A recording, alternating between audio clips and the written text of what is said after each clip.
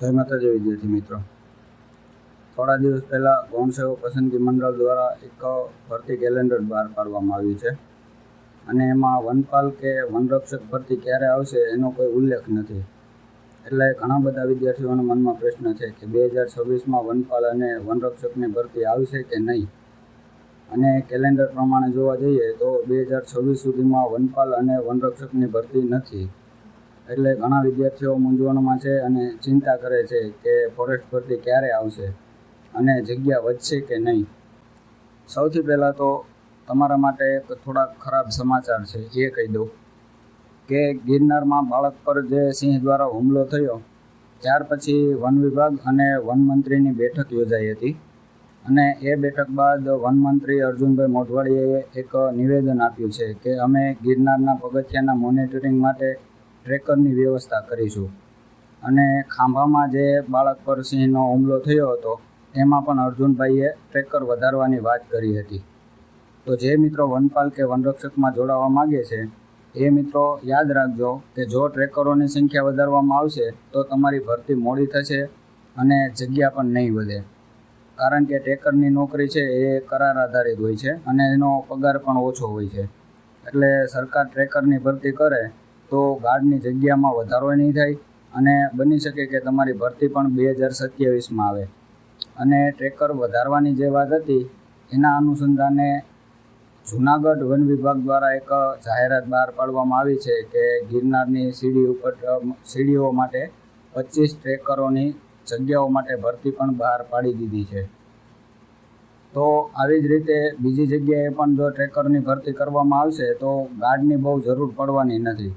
એટલે હવે એ તમારે જોવાનું છે કે જગ્યા વધારે જોઈએ છે કે નહીં. કારણ કે મારી ફરજમાં આવતું હતું એટલે મેં આજથી 20-25 દિવસ પહેલાં જ મુખ્યમંત્રી અને વનમંત્રીને પત્ર લખ્યો હતો અને તમને પણ કીધું હતું કે તમે પણ આવો એક પત્ર લખો. એ વિડીયો 2500 જેટલા લોકોએ જોયો છે પણ અરજી કોઈએ નથી કરી. માત્ર 5-7 અરજીઓ થઈ છે. જો તમે ઈચ્છતા હોય કે જગ્યા વધે તો હજી 15-20 દિવસ જેટલો સમય છે. તેમાં બને એટલી વધુ અરજી કરશો તો જગ્યામાં વધારો થશે, ભરતી પણ વહેલી આવશે. અને એક અરજીમાં તમે મહેકમમાં પણ વધારો કરવાનું કહી શકો છો. જો મહેકમમાં વધારો થશે તો પણ જગ્યામાં વધારો થવાનો જ છે. પણ એ બધું હવે તમારા હાથમાં છે. મારી ફરજ હતી કે હું જગ્યા વધારવા માટે અને મહેકમ વધારવા માટે સરકારને અપીલ કરું એ મેં 20-25 દિવસ પહેલાં કરી દીધી છે. બાકી બધું તમારા હાથમાં છે. જેટલી વધારે અરજી થશે એટલી જ વહેલી ભરતી આવશે અને જગ્યા પણ ગાર્ડ માટે 800થી 900 જેટલી જગ્યાઓ અને વનપાલ માટે 200 જેટલી જગ્યાઓ થઈ શકે છે. ઘણા બધા સામાજિક કાર્યકરોના વિડીયો મેં જોયા છે. એ પણ કહે છે કે ફોરેસ્ટ વિભાગમાં ભરતી કરવી જોઈએ, પણ જેને નોકરી જોઈએ છે એ એક અરજી પણ નથી કરતા. એટલે જો તમારી પાસે 20-25 મિનિટનો સમય હોય તો તમે એક અરજી કરી દેજો. અને ફાલ્ગુન વાઘેલા સર પણ અરણ્ય ભવનમાં જઈને રજૂઆત કરવાના જ છે. પણ મિત્રો જો તમારો સાથ નહીં, સહકાર નહીં મળે તો આમાં બહુ કાંઈ વધારે જગ્યાઓ વધે એવું લાગતું નથી. એટલે જે મિત્રો તમારી ફોરેસ્ટ ભરતી માટે જગ્યા વધારવા માટે પ્રયત્ન કરે છે એમને તમે સાથ સહકાર આપો. અરજી લખવામાં વધારે સમય નહીં લાગે, 15થી 20 મિનિટ જેટલો સમય લાગશે. તમે અરજી લખી અને ટપાલ દ્વારા અથવા તો સ્પીડ પોસ્ટ દ્વારા પોસ્ટ કરી શકો છો. એમાં બહુ ઝાઝો સમય નથી. પણ જે તમારે જો જગ્યાઓ વધારવી જ હોય તો તમે જે મિત્રો અમારા જે છે જે જગ્યાઓ વધારવા માટે પ્રયત્ન કરે છે એમને તમે સાથ સહકાર આપો. હવે ગૌણ સેવાના ભરતી કેલેન્ડરની વાત કરીએ તો આ જે ભરતી કેલેન્ડર છે એ પરમનન્ટ કે ફિક્સ નથી.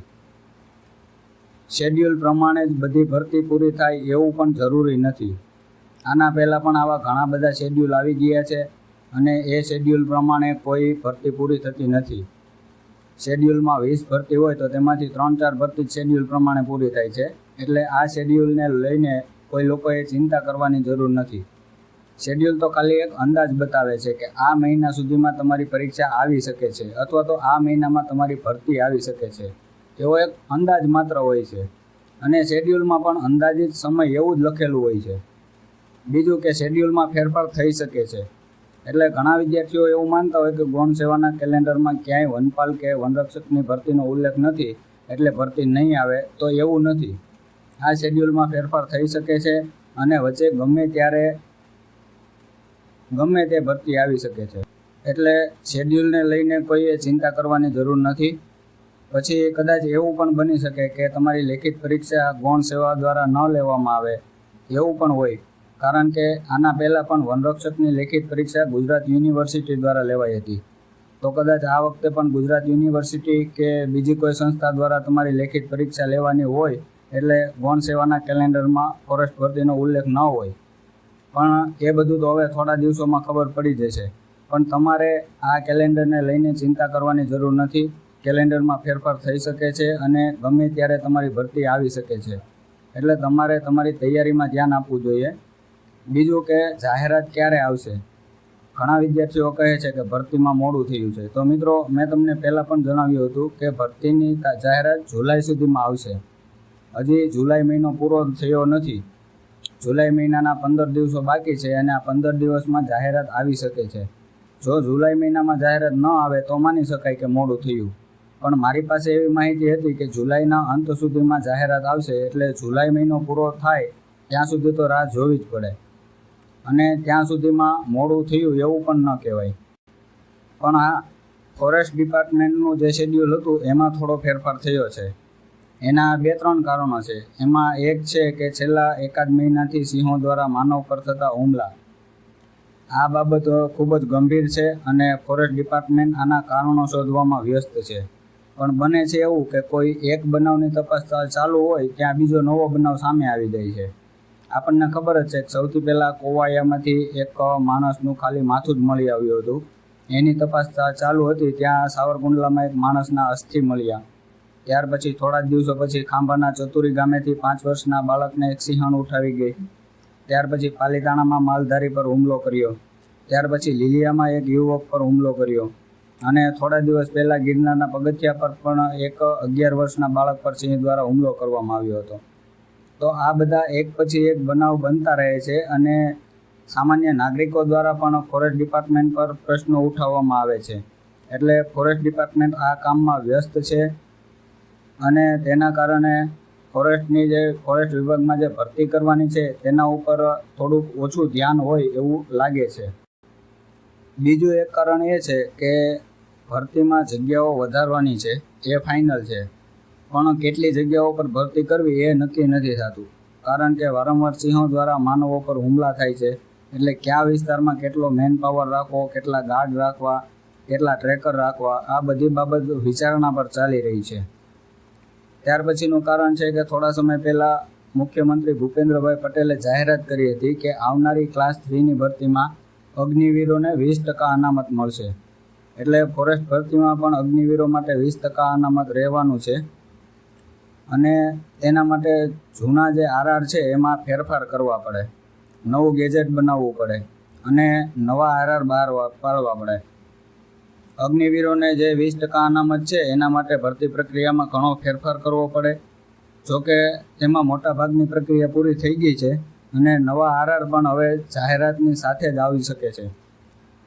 તો આ બધા કારણો હતા કે જેથી આ ભરતીમાં થોડો વિલંબ થયો હોય અથવા તો હજુ થોડું મોડું થઈ શકે છે. પણ ભરતી જ્યારે આવશે ત્યારે વાવાઝોડાની જેમ અચાનક આવવાની છે. એટલે તૈયારીમાં રહેજો. ઘણા વિદ્યાર્થીઓએ અત્યારે તૈયારી ઓછી કરી દીધી છે. જે પહેલાં 6-7 કલાક વાંચતા હતા એ હવે 2-3 કલાક વાંચે છે. કારણ કે ગૌણ સેવાના કેલેન્ડરમાં ભરતીનો ઉલ્લેખ નથી.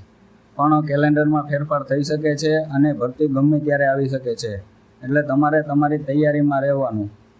અચાનક ભરતીની જાહેરાત આવશે અને ભરતી પ્રક્રિયા પણ ખૂબ જ ઝડપથી હશે.